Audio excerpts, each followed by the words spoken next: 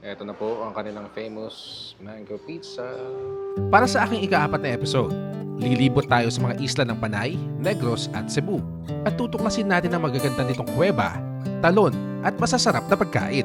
Makakatagpo ko din ng mga kapwa Philippine Looper natin sa kauna-unahang pagkakataon ngayong biyahe. Ready ka na bang lumarga? Let's go in 3, 2, 1! King of the world. Filipino 2025. Tara na! 82 probinsya, gandang hindi maikukumpara. Hindi na kailangang lumayo pa, bago buong mundo, Pilipinas muna.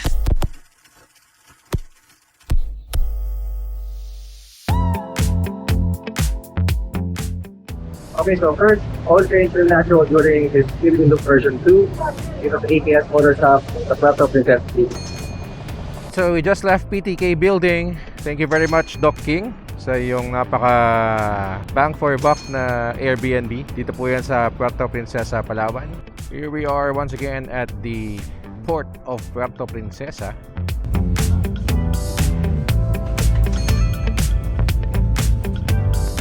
Pagdaong namin ni Nacho sa Iloilo ay sumampa na kami ulit agad sa barko papunta naman ng Guimaras.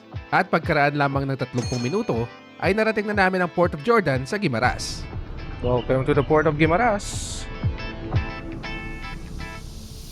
Ang sarap naman mag-drive dito sa Guimaras. Parang ano lang Occidental Mindoro lang Downtown Guimaras. Provincial capital muna tayo.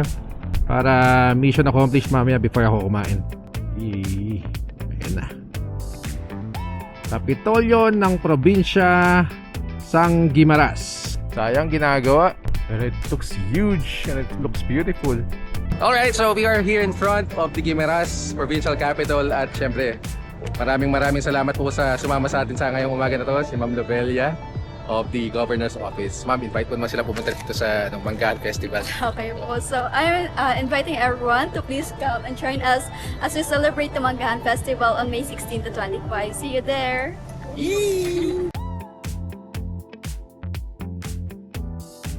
So yun na nga, tapos na tayo sa provincial capital of Guimaras. Ngayon naman susubukan natin ang kanilang famous mango pizza. Pero instead of going to Pit Stop, isa sa mga pinakasikat na puntahan dito, suggestion ni Ma'am Lovelia is Olivia's daw. So let's go against the flow for now. At try natin ang Olivia's instead of Pit Stop. Okay, so nandito tayo ngayon sa harapan ng Olivia's Kitchen. And try natin yung kanilang famous mango pizza. Let's go!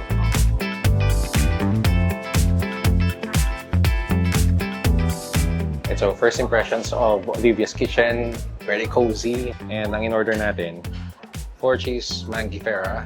Yan yung kanilang mango pizza. Ito na po ang kanilang famous mango pizza. That's good for 2 to 3 people. 8 slices daw yan. So, yun.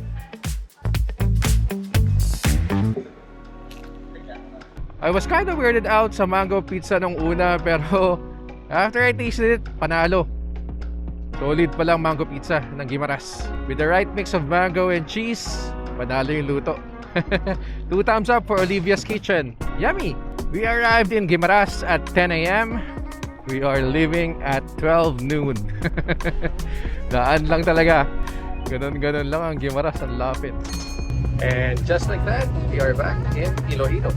Alright, so they actually ask you to stay here in the middle. Smile without fear. Take your shots here. Gimbal, the little hometown, the rising sun, and suns. Oh, very vibrant ang Gimbal. Oh, very rich. Gimbal Riverside Park. Pati landscaping, ganda eh. Here's another nice church. Mayag-Ao Church, okay. Universidad ng Pilipinas, Visayas! Daan tayo! Sir, good afternoon po. Pwede lang pong mag-stroll? Dumaan lang? Oo, dadaan lang. Sige po.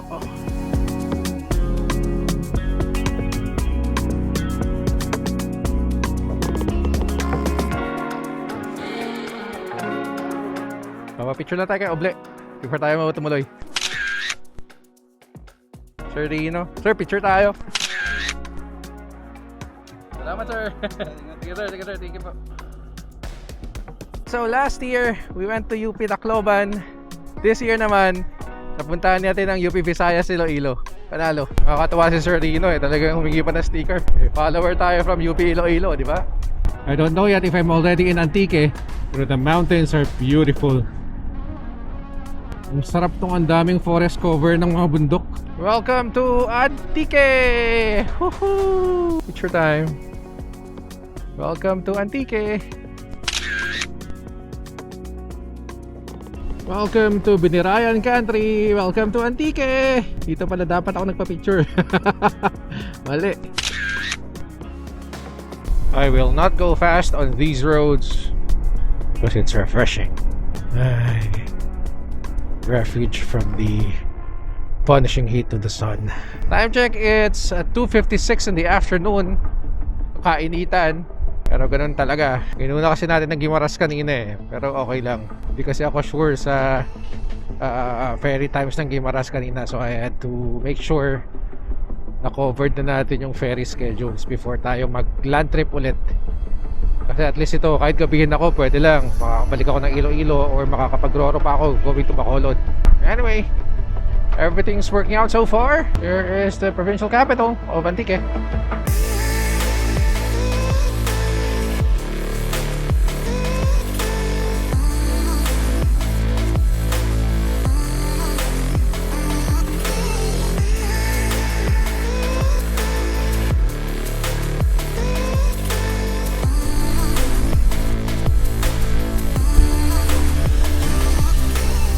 Ang ganda!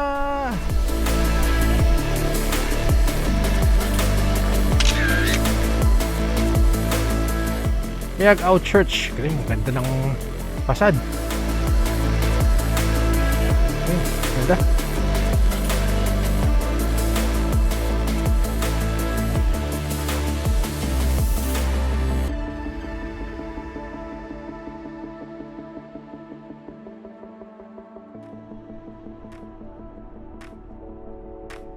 Goodbye, Iloilo Provincial Capital.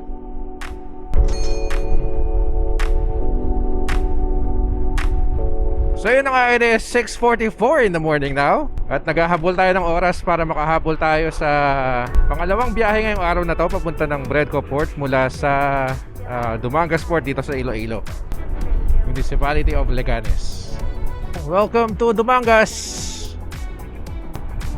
Ang sarap tingnan. Okay, so nandito na tayo ngayon sa Dumangas Port. Time check, it's 7:20 in the morning. So, have 40 minutes to spare. Nakahabol. Takot maiwanan ng barko. Kasi ang next na trip is 12 p.m. And it's going to be too late. Sayang naman yung oras na makakapag-ikot pa tayo sa Bacolod mamaya pagdating natin ng mga 9 a.m. Ma'am?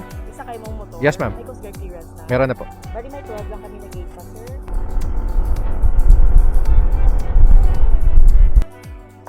Good morning po. Bacolod po. Tapos ma'am, may discount daw po pag Philippine Looper? Sir, nag-expire na kayo, sir. Ay, ganun? Kailan pa? May 6 lang po. Hanggang May 6 lang.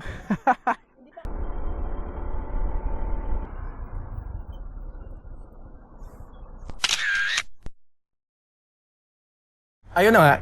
Nandito na tayo sa Dumangas Port at naghihintay na lang tayo ng magbo-boarding ng Fastcat. Time check, it's 7:35 in the morning. Abot tayo. Siya yung kahabig mo. Sabi ko nga. Comment, sir. JB. Opo. Buti na lang nakita ko. Alis na din sana kami. Isa sa pinakamasarap na pakiramdam ang personal mong makita at makasalamuha ang mga kapwa mo Philippine Looper na sa internet mo lang nakakausap. Bakas yung excitement sa mga mukha namin at sa pagkwekwentuhan na akala mo matagal nang magkaibigan at ngayon lang ulit nagkita. Nakakatawa pa nga kasi mismong asawa ni Sir Jose dito, kinuwento kung paano nila pinanood yung Philippine Loop version 1 ko. Channel mo para lang masahulo yung Philippine.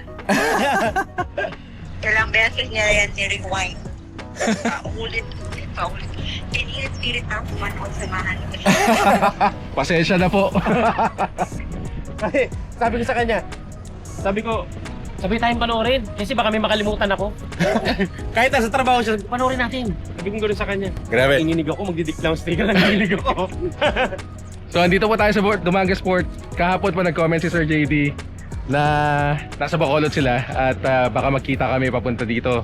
Ito na nga, kakababa nila ng fast cut. Ako naman, pasakay pa lang.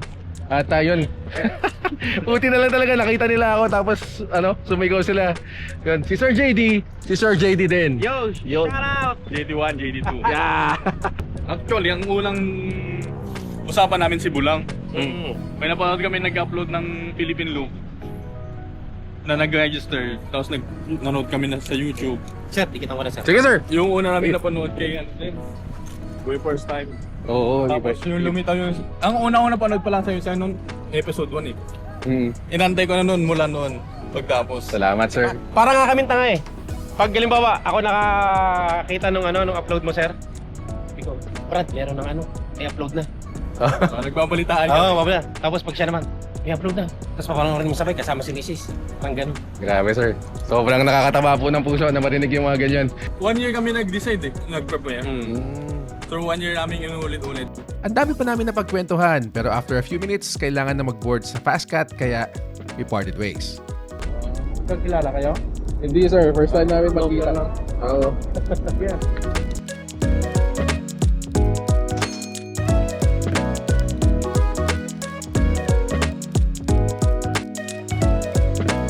Touchdown Bacolod na tayo. First stop of the day, Aida's Chicken Inasal. Breakfast muna tayo. Yung mga na-miss ko talaga last year, yun yung mga pupuntahan natin this time. That is also the reason why I opted to take the western side of the Philippines first. Kasi ito yung minadali ko last year. At least ngayon, medyo nasusulit ko naman yung yung oras na nandito ako ngayon sa western side. Kung magmamadali man ako ulit sa eastern side, at least nasulit ko naman yung last year. Oh crap, under construction ang Manokan Country. This was the space of Manokan Country. Unfortunately mga Kofun, the original Manokan Country building has been demolished. So hindi na natin nakita. Aida's Chicken Inasal, the best in Bacolod City. Let's G. Alright, so nandito na tayo ngayon sa Aida's Chicken sa San Juan branch, yung bagong branch nila. Hindi na open yung Manokan Country na original na place ng Aida's kasi dinemolish na. It's an old building na daw and it's already unsanitary. Ngayon, nagpapagawa ng bagong building doon. I don't know if you saw it sa video kanina. Harapan mismo ng SM. And yun, wala. Hindi natin na nabutan. The construction of the new building started last February. Hindi ko kasi dinaanan last year. Sana napuntahan ko pa yung original building. Pero anyway, ang importante, makakatikim tayo ng original at legit na Bacolod Inasal ngayong araw na to. Excited! So ito na, tinanong ko kanina kung ano yung best seller nila. It's Pecho Pack. And then I opted for garlic rice. Kain na!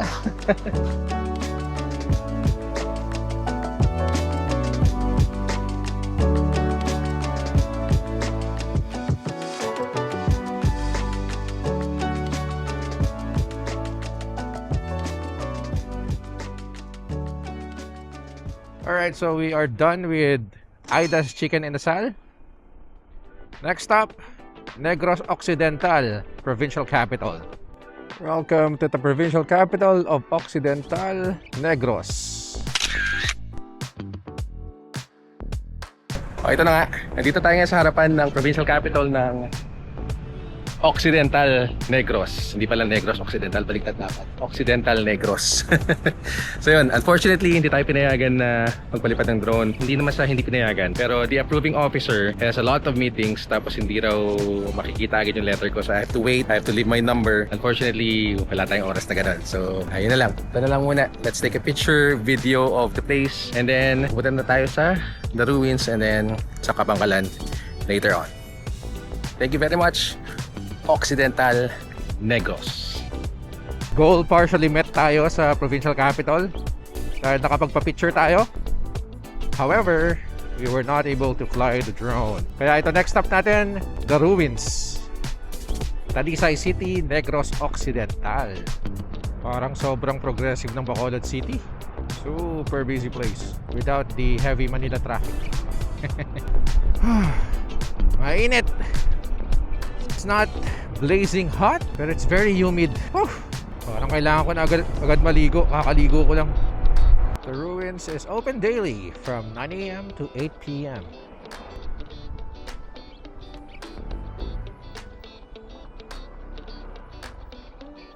Nandito na tayo sa entrance ng The Ruins. Entrance fee for adults, 150 pesos. No flying of drones, no bringing of pets, smoke only in parking lot, no bringing of vehicles.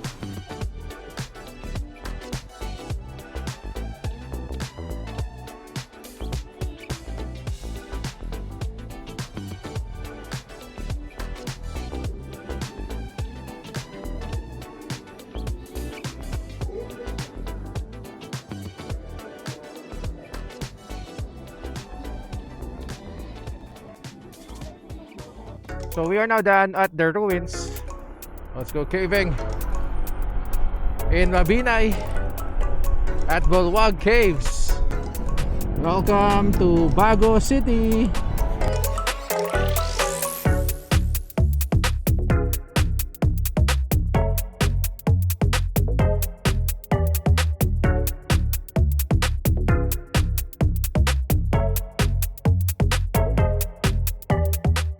Mabuhay! Bayan ng Hinigaran! There's a church.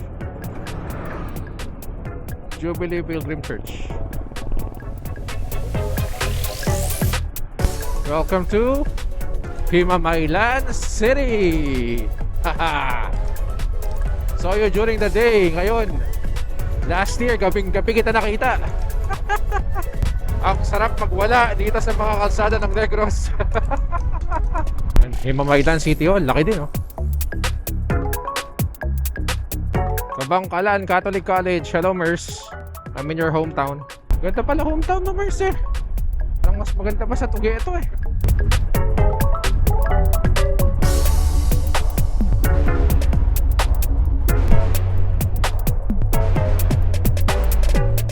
Lahat ng ito kasi nung dinaanan ko last year, gabi. Kaya everything is new to me. Ayan na ang ulan, sinasalubong natin. Sobrang init buong araw. Ito naman ang blessing ng ulan maya maya. Napakagandang kalsada. Napakagandang backdrop. Naku naman. Thank you, Lord. Panalo sa views, guys. So yun na nga, naatasan pa tayo magbigay ng walkie-talkie dun sa flagman.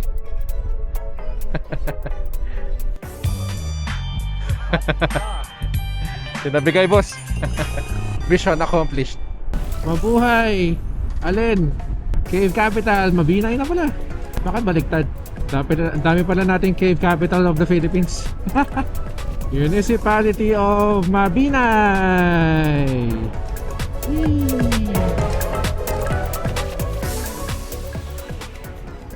Here we are at the entrance of Mabinay Caves. Or Bulwag Cave. Good afternoon, sir. Pwede pang pumunta sa cave? Pwede pa. Alright, time check, 4 p.m. At nakahabol tayo dito sa Mabinay Tourism. Good afternoon po. Hello sir, magandang hapon. Hapon sir, pasensya na po at medyo late po ako pumunta. Umabot pa naman po. Kaya nga po, naghabol lang talaga. Dito sa Mabinay sir, meron kaming 400 plus caves. Okay. Dito sa Mabinay. So 400. Mabinay lang yun? Yes po. Pero na-locate siya sir sa sa different barangays. Okay. So 45 lang po ang na-explore na, tapos 6 caves lang sir ang inopen namin sa public, no? So yun, fees for today, 400 pesos na municipal fee and then 25 pesos entrance fee. Yan. Sa mga gusto pumunta dyan, that's for 6 packs. Let's go. So yun guys, ang nag-guide sa atin ngayon si Sir Mark. One of the guides dito sa Bulwang Tourist Information. Ito na po yung entrance ng Crystal Cave. So careful lang sir kasi medyo madulas ang ating hagdan, no? Or ang stairs. Ooh, nice! Okay sir, welcome to Crystal Cave. Dang, beautiful. So, dulas. Careful sir, careful. So, dahan-dahan lang po or careful lang sir sa paghawak ng ating bridge, no? Sa right side sir kasi may mga guano. So, ito po yung mga ano sir, mga birds deposits. So, ginagawa yan nila dati sir na mga ano, mga fertilizer sa kanilang mga plants. Dang, ganda. This type of cave, sir, this is solutional type of cave. So, this is calcium carbonate deposits po. Okay. Ito, sir, sa ceiling, ito po yung mga balinsa sa iyo birds, sir, or mga swiftlets. Oo. Ayan. Actually, yung nest niya, sir, kung familiar po kayo sa nest niya, yan po yung ginagawa nilang Soup. soap. Yes. Ayan. Mahal yan, di ba? Yes, sir, mahal yan. Buti ano. Pero dito sir is ano lang talaga, pinipreserve lang talaga siya namin. Dapat lang. Hindi namin siya pwede ipakuha. Oh my God. Oh my God, it's prettier in person. Maganda na siya sa YouTube videos, but it's prettier in person. You shall, if you're ever in the Occidental pa rin ba to? Or Oriental na?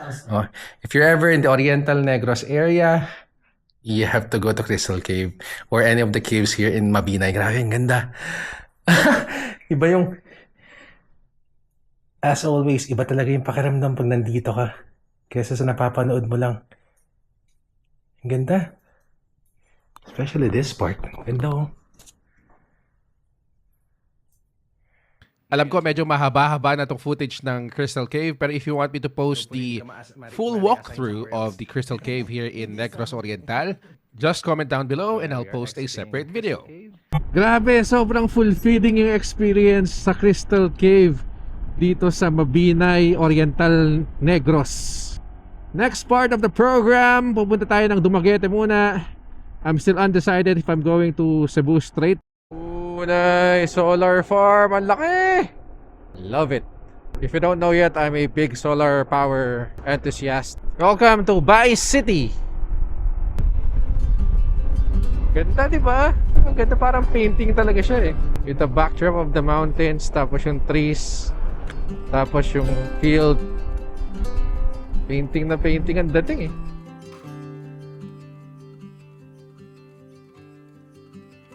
Welcome to Tanjay City. Welcome to the busy streets of Dumaguete. Pasok.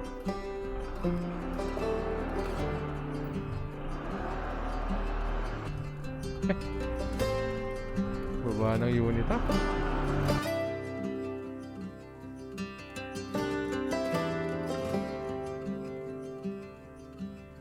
Alright, so we are here at Breeze Space Inn dito sa Dumaguete City.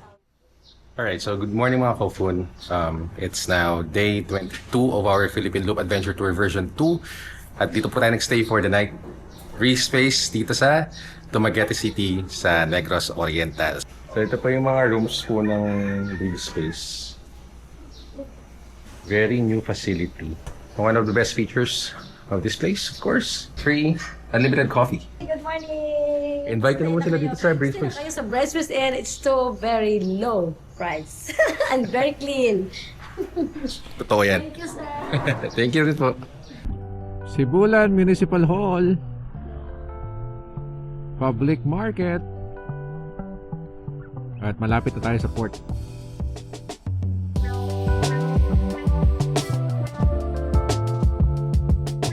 So yun, nakasampala tayo dito sa barko sa may Sibulan Port, Maayos Shipping Incorporated.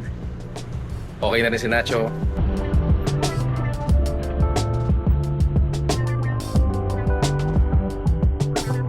Alright, so the plan for today is we're going to I-Canyon Canyoneering Club. At kung pwede pang pumunta sa Kawasan Falls today, punta tayo.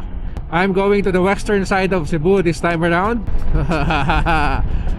My favorite part of Cebu, Southern Cebu, grabe. Ang ganda. Pakita ko lang sa inyo gaano kalinis ha. Look at that. Oh my God. Akala ko sa may Dalagete lang, pati pa na dito sa western side. Ang ganda oh, linis. Panalo talaga ang Cebu.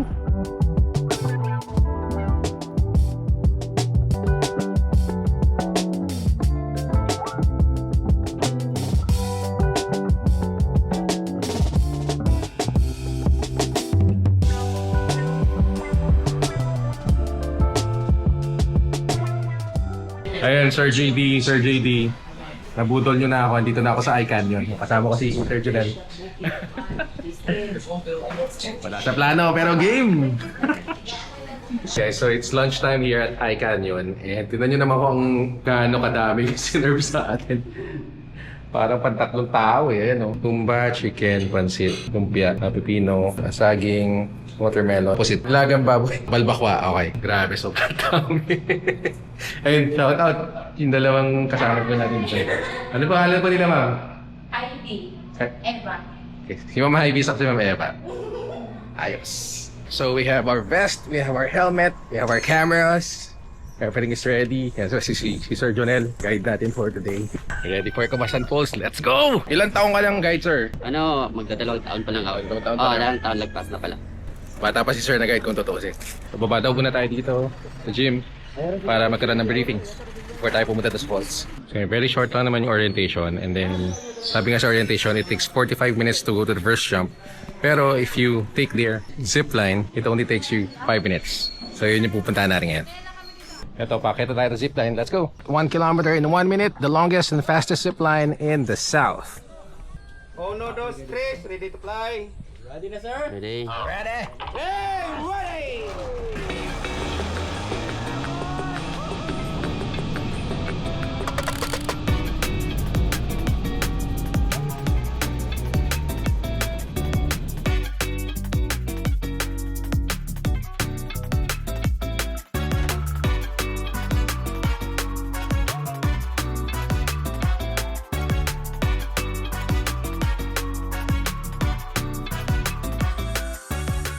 Ayan, so kung hindi nyo naintindihan yung sinasabi ko kanina habang nasa zipline tayo, hindi na ako cursed! Nakapag-zipline na ako during the Philippine Loop. Yeah, boy! Tatuloy din! Sa Cebu ko lang pala magagawa. At yan, canyoneering adventure.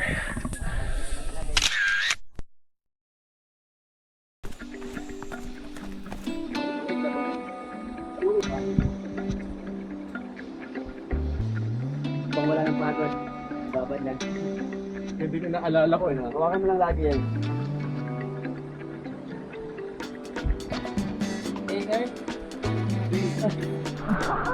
Yeah. Ikaw yung magbilang. Good. 1, 2, 3.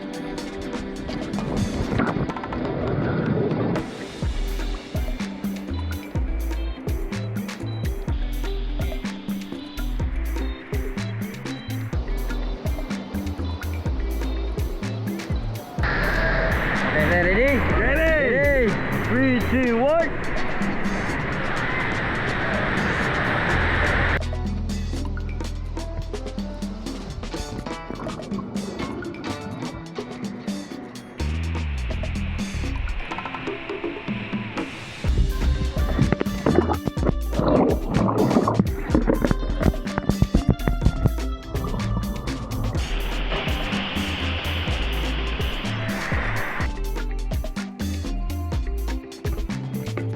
Buti na lang talaga. Natuloy ako magkawasan falls, guys.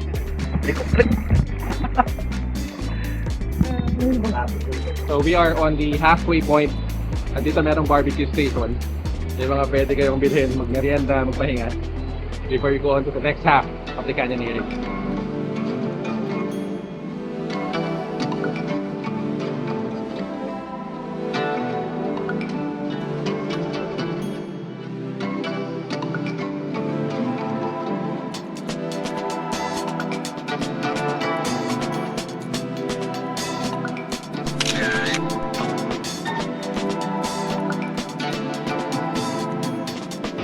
Welcome to 7-Eleven of Kawasan Falls.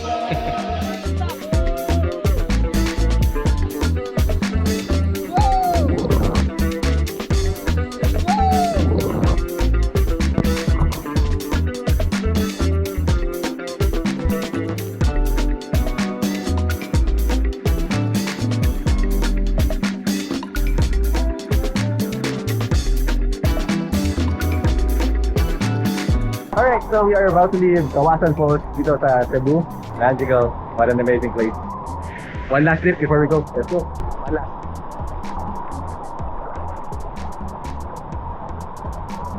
If ever you are going to Kawasan Falls, I highly recommend I Canyon.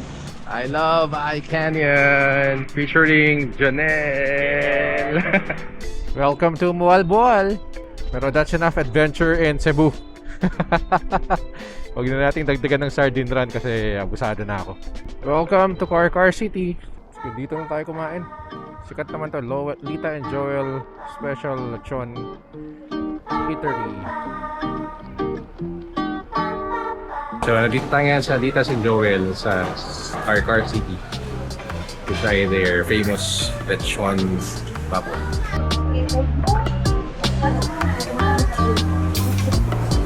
Thank you po. So we are now going to eat one of the legit lechon places here in Car City, dito sa Titas and Joel's Eatery. At ito yung lechon.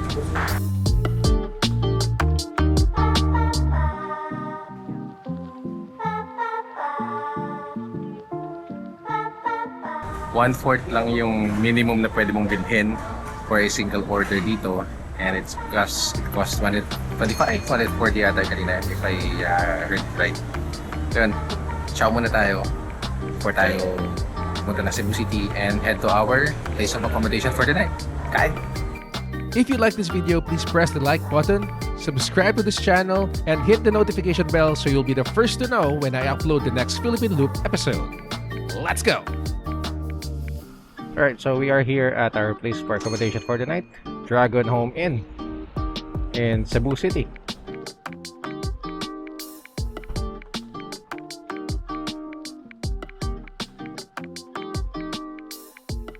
Hindi na kailangang lumayo pa. Bago buong mundo, Pilipinas muna.